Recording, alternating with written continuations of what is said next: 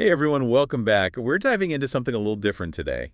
A uh, a philosophy you might say called the burnt toast theory. Yeah, it's not like a scientific study or anything, but it's a thought-provoking way of looking at those little everyday annoyances we all experience. Okay, so we're talking about things like, missing the bus or spilling coffee on your shirt. Exactly. Those kinds of things, those little things that can really throw off your day. And the burnt toast theory suggests that maybe we should be looking at these annoyances a little differently. Yeah, instead of just getting frustrated, maybe we should consider the possibility that they might actually be saving us from something worse. So like a cosmic protection system. Sort of. It's like the universe is looking out for us in its own strange way. Okay, I'm intrigued.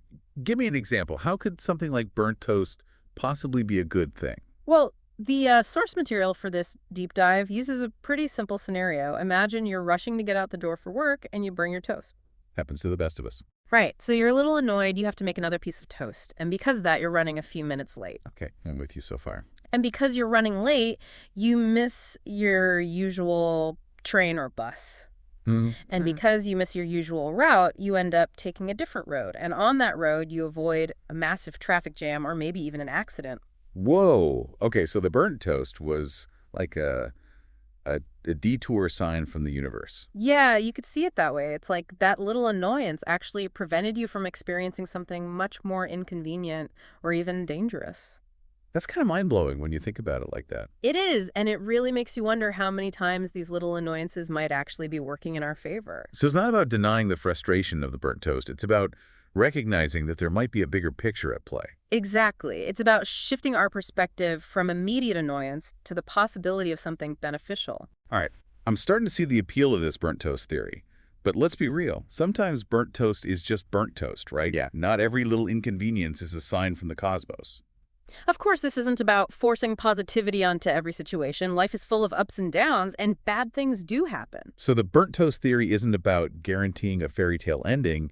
It's more about how we choose to respond to those setbacks. Precisely, it's about training our minds to find those potential silver linings, even in the midst of challenges. So how do we actually do that? How do we start applying this burnt toast theory to our lives? Should we all be carrying around pieces of burnt toast for good luck? Haha. No, I wouldn't recommend that. You might get some strange looks, and it probably wouldn't be very effective. Yeah. Remember, the burnt toast theory is a mindset, not a superstition. Okay, so it's about actively looking for those burnt toast moments in our lives and being open to the possibility that they might be guiding us towards something better. Exactly. It's about recognizing that sometimes those little inconveniences, those detours, those disruptions, they might actually be opportunities in disguise. That's a pretty radical shift in thinking. It is, and it takes practice. But the more you do it, the more natural it becomes. The source material for this deep dive suggests a few practical steps for incorporating this theory into your daily life. Okay, I'm ready to upgrade my mental toolkit. What's step one? It all starts with awareness. Pay attention to those moments when things don't go according to plan. Maybe you spill your coffee and miss an important deadline, or get stuck in traffic. Instead of immediately spiraling into frustration, pause and ask yourself, what if this is a burnt toast moment? So it's about catching yourself in that moment of initial annoyance and consciously choosing to reframe the situation. Exactly. Don't try to force yourself to feel happy or positive that's not authentic or helpful. Acknowledge the inconvenience, but then shift your focus to the potential good that might emerge. Okay, so let's say I'm stuck in traffic. I'm late for a meeting, feeling stressed and frustrated. How do I apply the burnt toast theory in that moment? It's not like I can just teleport to my destination. You're right. You can't control the traffic, but you can control your response to it. Instead of fuming about the lost time, ask yourself, what if this traffic jam is actually a blessing in disguise? But what if it's not? What if I miss the meeting and there are negative consequences? That's a possibility. But remember, the burnt toast theory doesn't guarantee a positive outcome. It's about shifting your perspective, about being open to the possibility that something good might come from a seemingly negative situation. So in that traffic jam, maybe I use the time to make some important phone calls I've been putting off, or maybe I listen to that podcast I've been meaning to check out, or maybe I just take a few deep breaths and enjoy a moment of unexpected stillness. Exactly. The silver lining might be something small and simple, or it might be something more significant. The key is to actively look for it, to be open to the possibility that this burnt toast moment might be leading you somewhere you wouldn't have expected. I think the real challenge here is overcoming that initial negativity bias. Our brains are wired to focus on the negative, to see the threats and the problems.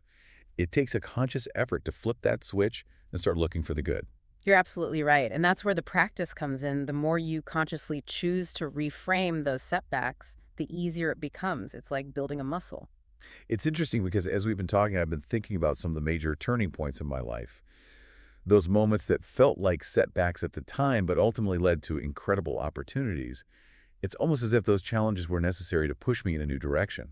That's a powerful insight, and it speaks to the idea that sometimes those burnt toast moments are actually catalysts for growth and transformation.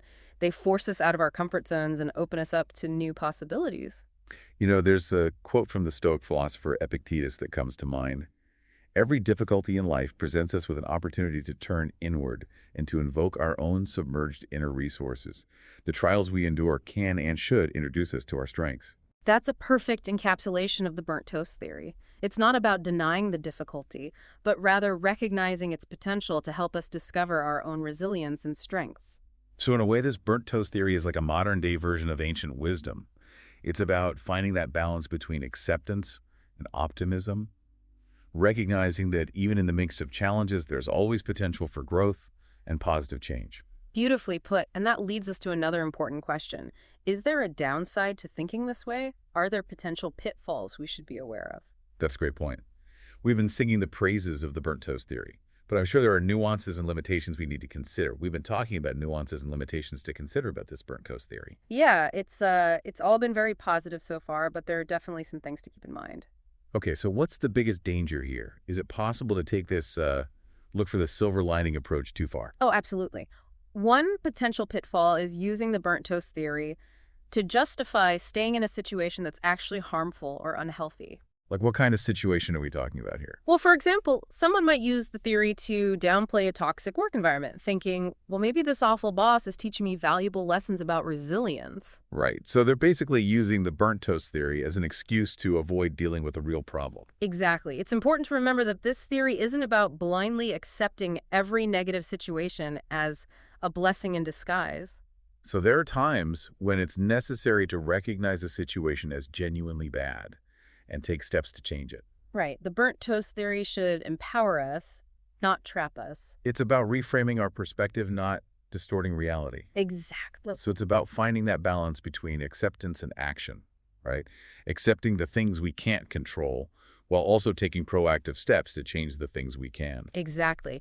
Another potential pitfall is using the burnt toast theory to dismiss or minimize other people's experiences. How so? For instance, telling someone who's just lost their job, oh, well, maybe this is an opportunity for you to find something better, can come across as insensitive and invalidating. Yeah, that's a good point. It's important to remember that everyone experiences setbacks differently. Right. What might be a minor inconvenience for one person could be a major upheaval for another.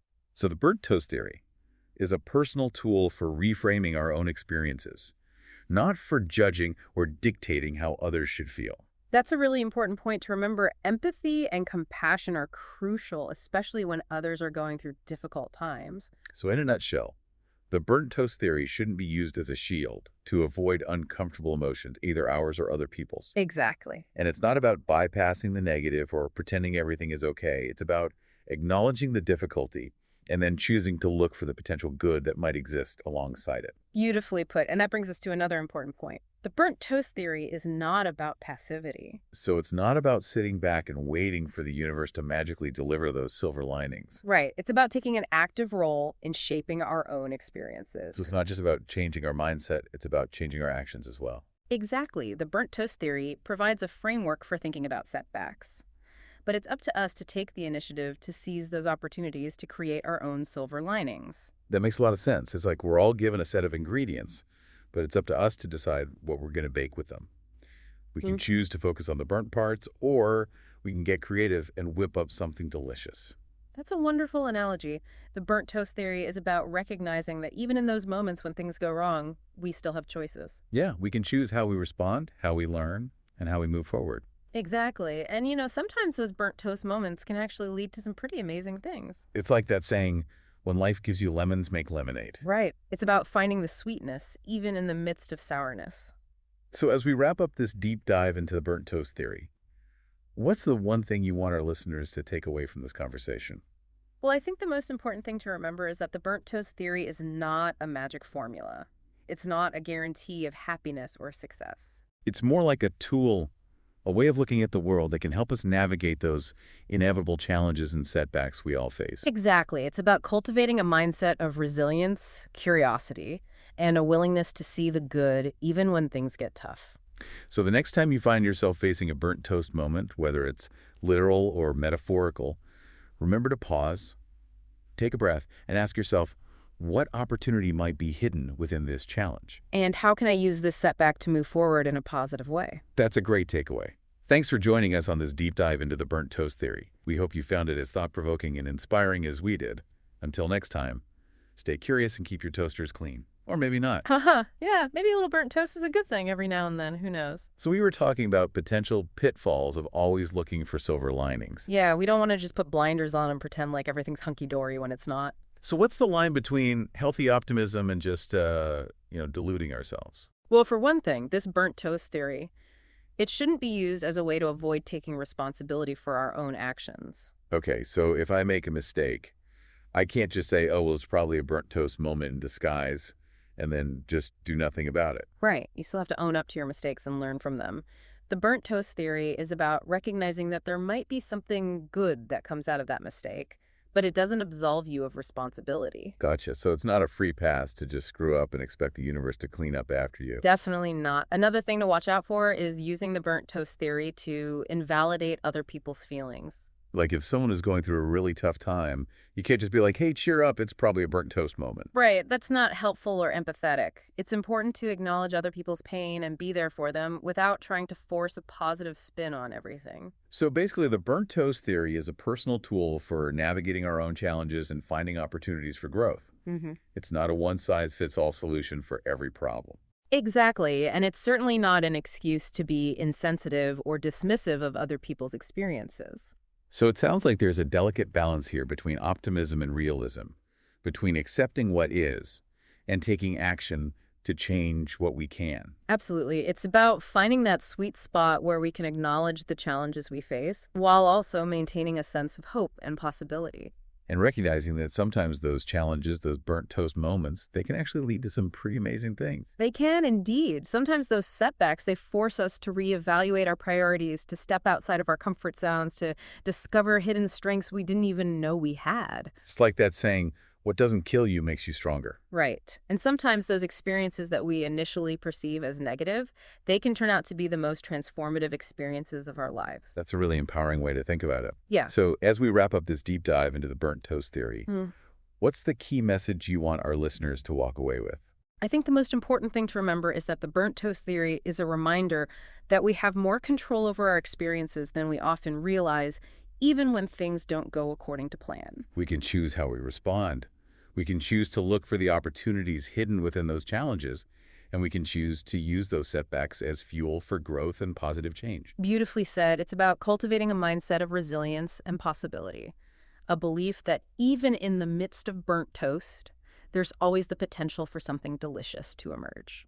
And on that note, we'll wrap up this episode of The Deep Dive. Thanks for joining us, and remember, keep an open mind, an open heart, and maybe even an open toaster. You never know what amazing things might be waiting just around the corner. Today is your lucky day. Today is the day that our $3 website works for you, paying you directly to your PayPal daily. Imagine $3 ongoing continuous payments to your PayPal account. Imagine falling asleep and waking up to $300 in your PayPal account. How would this make you feel? How could this help you? What bills could you pay? What kind of fun could you have? What does that retirement look like now?